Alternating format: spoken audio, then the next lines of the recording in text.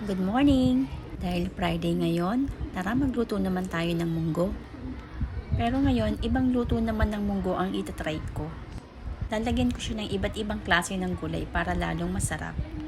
At ngayon, pata naman ng baboy ang gagamitin kong sahog sa munggo. Nakita ko yan sa FB ng friend ko.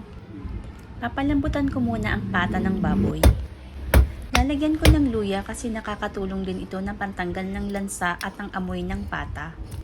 Lalagyan ko na rin ng asin para kumapit na yung lasa nito sa karne habang pinapakuluan at pinapalambutan. After 20 minutes, hinango ko na ang karne. At pagkatapos ay lilinisan ko para maalis ang mga dumi-dumi na nakadikit sa karne. At habang nililinisan ko ang karne, palambing naman sa inyo, please don't forget to subscribe. Thank you! Nilinisan ko na ang munggo at isasama ko rin ang pata na isasahog ko para lalong mas malambot. Itinabi ko muna yung iba kasi masyadong marami. Gagamitin ko na lang sa susunod na recipe ko. At dahil malambot na ang munggo, magigisa na ako ng bawang at pagkatapos ay isusunod ko na ang sibuyas.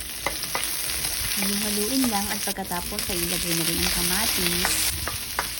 Kapag luto na ang kamatis, ilalagay ko na ang pinakuluan kong munggo na may kasamang pata.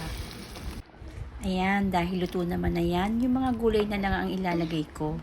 Unahin ko na ang sitaw, pagkatapos ay ang langka kasi mabilis lang din naman yan maluto. Susunod ko na rin ang sili at pagkatapos ay lalagyan ko na rin ng patis, depende na sa inyo kung gaano karami ang gusto ninyo. Tatakpan ko lang siya para mabilis kumulo at pakukuluan ko lang din siya ng ilang minuto at pagkatapos ay ilalagay ko na rin ang dahon ng malunggay.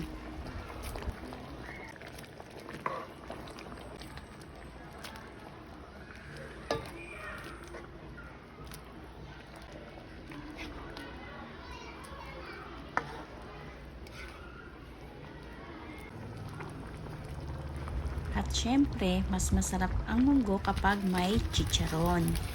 Thank you for watching!